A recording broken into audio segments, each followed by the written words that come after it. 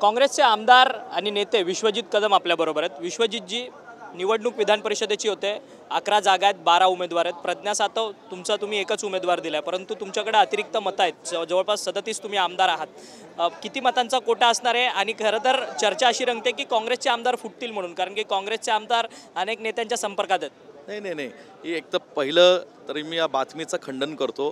काँग्रेसचे आमदार काँग्रेसच्याच नेत्यांच्या संपर्कात आहेत आणि आमच्या काँग्रेस पक्षाचे नेते हे फक्त महाविकास आघाडीच्या नेत्यांच्या संपर्कात आहेत। बाकी काँग्रेसचा आमदार कुठल्याही इतर पक्षाच्या नेत्याशी संपर्कात नाही। काँग्रेसचे आमदार हे भक्कम आहेत, या ठिकाणी भक्कम राहतील हा माझा विश्वास आहे। आणि म्हणून प्रज्ञाताई तर निश्चितपणे स्वर्गीय राजीव सातवजींच्या त्या पत्नी आहेत।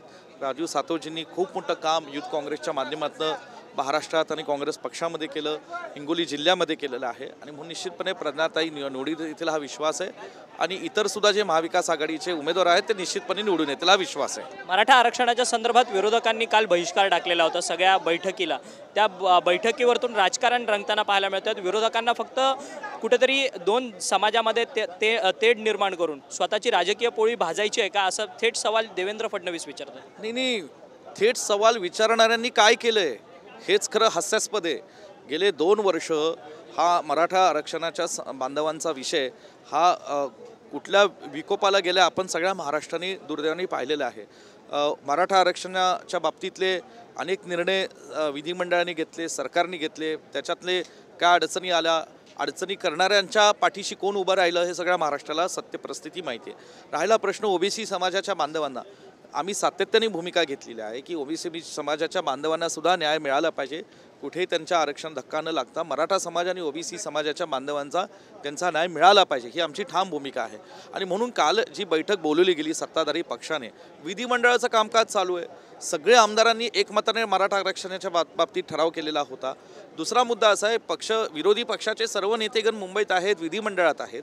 जर तुम्हाला खरंच या विषयावर गांभीर्याने चर्चा करायची होती तर त्याचं व्यवस्थित पूर्वसूचना देऊन, त्याचा अजेंडा देऊन, अजेंड्यातले मुद्दे काय त्या मुद्द्यावर गंभीर चर्चा, तासनतास चर्चा करणं अपेक्षित आहे।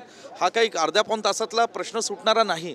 परंतु ज्या पद्धतीने सत्ताधारी पक्षाने कालची बैठक अचानक बोलवली आणि मला वाटतं मला जी माहिती मिळाली त्याच्यात अजेंडा कळवला गेला नाही, माहिती डिटेल दिली गेली नाही, याच्यातच स्पष्ट दिसून येतं की त्यांना कुठेतरी विरोधी पक्ष नेत्यांना विश्वासात घ्यायचं नाही आहे, विरोधी पक्षाला विश्वासात घ्यायचं नाही आणि फक्त स्टंटबाजी करून कालची बैठक केलेली असं माझं ठाम मत आहे। मनोज जरांगे पाटील शांतता रॅली काढतात आहेत। मनोज जरांगे पाटलांना बीडमध्ये शांतता रॅली काढण्यासंदर्भात परवानगी दिली जात नाही अशी एक बातमी येत होती, परंतु धनंजय मुंडेंनी त्याचं खंडन केलं आहे। त्याचसोबतच मनोज जरांगे पाटील पालकमंत्र्यांवरतीच आरोप करतात आहेत की सर्वात जातीयवादी पालकमंत्री धनंजय मुंडे हे बीडचे नाही। बघा, मी सन्मान्य मनोज जरांगेजी काय बोलतात ह्यांच्यावर मी बोलणं उचित नाही, ते कुणावर काय आरोप करतात त्याच्यावर मी बोलणं उचित नाही।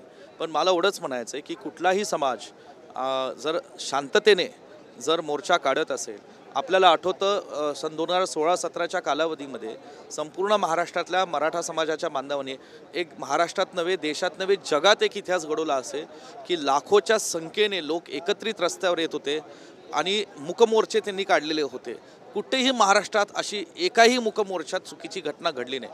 खरोखरच मराठा समाजातल्या बांधवांचा ज्यांनी त्या मूकमोर्चेमध्ये सहभाग घेतला त्यांचं कौतुक करायला पाहिजे की असे लाखोच्या लोकांनी येऊन या ठिकाणी मूकमोर्चे शांततेत काढले, कुठेही सामाजिक मालमत्तेचं नुकसान झालं नाही। आजही त्या पद्धतीने जर मूकमोर्चे निघत असतील तर शासनाने त्याला परवानगी दिली पाहिजे। शासनाने कायदा सुव्यवस्थेची काळजी घेण्याकरता जे काही सुरक्षा यंत्रणा आहे ती त्या ठिकाणी त्या मूकमोर्चेमध्ये तैनात करायला हवी, पण परवानगीच नाकारायची नाही। हे लोकशाहीला घातक आहे।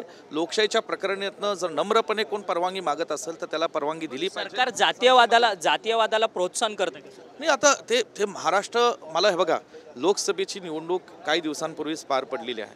48 जागांपैकी 31 जागा महाविकास आघाडीच्या निवडून आलेल्या आहे। महाराष्ट्राच्या जनतेने क्लिअर मेसेज दिलेला आहे आणि म्हणून महाराष्ट्राच्या या पवित्र भूमीमध्ये जातीयवादाला कुठेही जागा नाही।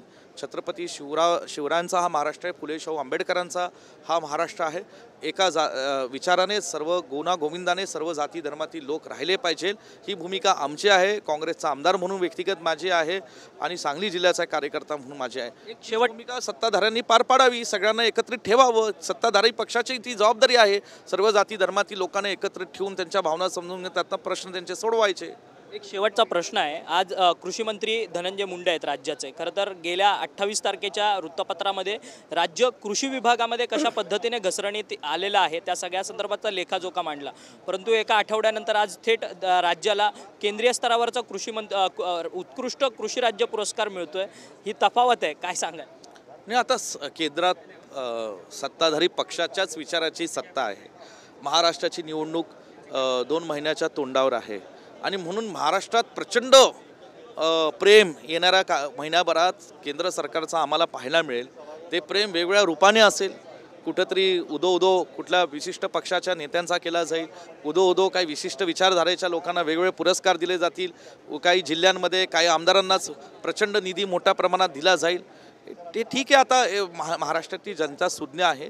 निवडणुकीच्या तोंडावरच हे सगळं चाललं आहे. सत्ताधारी पक्षाकडनं महाराष्ट्रातल्या लोकांना हे कळतं आणि म्हणून मला असं वाटतं की एकंदरीत महाराष्ट्राची कृषी खात्याची परिस्थिती काय हे महाराष्ट्रातल्या शेतकऱ्यांना माहिती आहे. कालच मी सांगली जिल्ह्यातल्या आमच्या शेतकऱ्यांचा एक प्रश्न मांडला. 7,500 शेतकऱ्यांना अजूनही या ठिकाणी ठिबक सिंचन योजनेकरता जे अनुदान मिळतं, असं 20 कोटीचं अनुदान अजून मिळालेलं नाही. ही महाराष्ट्रातल्या कृषी खात्याची अवस्था आहे आणि म्हणून एकीकडे दुसरा पुरस्कार मिळत असेल, ठीक आहे. मी म्हणलं आता 2 महिने अनेक पुरस्कार मिळतील, मिळू दे. महाराष्ट्र जनतेला खरं काय ते माहिती आहे. धन्यवाद. तुम्ही आमच्याशी बातचीत केली. विश्वजित कदम होते, ज्यांनी केंद्र स्तरावरती दिल्या जाणाऱ्या कृषी पुरस्कारावरती त्यांनी टीका केलेली आहे की आगामी काळात विधानसभेच्या निवडणुका आहेत, त्यामुळे 2 महिन्याच्या कालावधीत अनेक पुरस्कार जे आहेत ते सध्या राज्याला मिळतील. अनेक विचारांचा उदो केला जाईल. माझ्या स्वतःच्या जिल्ह्यामध्ये ठिबक सिंचनाच्या समस्या ज्या आहेत त्या शेतकऱ्यांच्या उद्भवलेल्या आहेत. अजूनपर्यंत 20 कोटींचं अनुदान ठिबक सिंचनाचं मिळालेलं नाही. त्यामुळे हे अशी परिस्थिती असताना जर केंद्र स्तरावरती जर एखादा राज्याला कृषी पुरस्कार मिळत असेल तर त्यावरती नक्कीच प्रश्नचिन्ह जे आहे ते निर्माण होणार, असं जे मत आहे ते काँग्रेसचे आमदार आणि नेते विश्वजित कदम यांनी आपल्याशी बोलताना केलेलं आहे. व्हिडिओ जर्नलिस्ट गणेश मोरेसह अक्षय मंकानी, TV9 मराठी, मुंबई.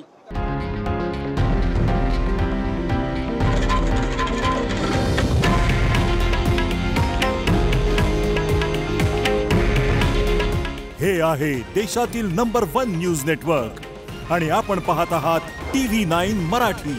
काळजी तुमची, हित महाराष्ट्राचं.